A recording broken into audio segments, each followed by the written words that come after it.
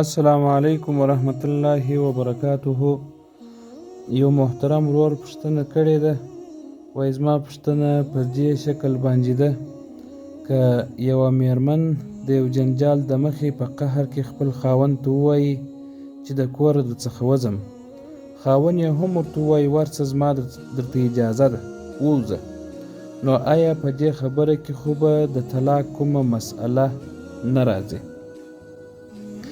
محترم وروره، دغه لفظ او یا دغه لفظ ته ورته نور الفاظ ویل که چیرې د سړي نیت طلاق نه وي نو دیانتاً صادق دی او په قضا کې نه صادقیږي، او که یې نیت طلاق وي نو بیا د نیت په اندازه یې طلاق واقع کیږي.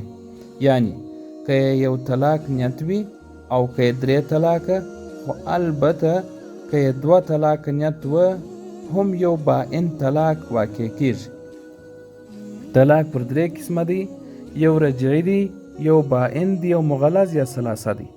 دلته چې یو باین طلاق واقع کیږي، باین طلاق هغه ته وایي چې تجدید د نکاح غواړي، نوی والی د نکاح غواړي، چې نکاح نوی سي بس طلاق د منځ څخه ځي، بیرته د میرمن سوله. خو ستاسې د پوښتنې په ارتباط باید وویل سي چې که چیرې د دغې ښځې طلاق غوښتل مطلب و او دغه سړي اجازه ورته کړې وي، نو د ښځې چې هر څو طلاقه مطلب وي په هغه اندازه طلاقونه واقع کیږي.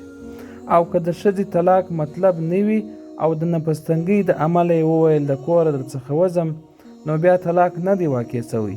یعنی باید د دغه میرمنې څخه پوښتنه وسي چې ستا مطلب طلاق او که نه و، نو بیا هغون د طلاقونه واقع کیږي لکه مخکې چې مو ویل چې د هغې مطلب چې وي.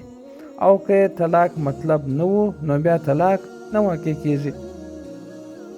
بیا هم درته وایم چې دلته د کتابو عبارتونه بیخي ډېر زیات دي، زه یې فقط هغه حوالې درته وایم، د کتابو نومونه درته وایم: ملتقى او همداسې جامع صغیر و شرح نافع الکبیر اول جلد 206 صفحه، بحر الرائق 3 جلد 345 صفحه، او همداسې بدائع او صنائع به ترتیب شرائع 3 جلد 105 صفحه، هدایه اول جلد 225 صفحه، او مبسوط للسرخسی 8 جلد او 73 صفحه.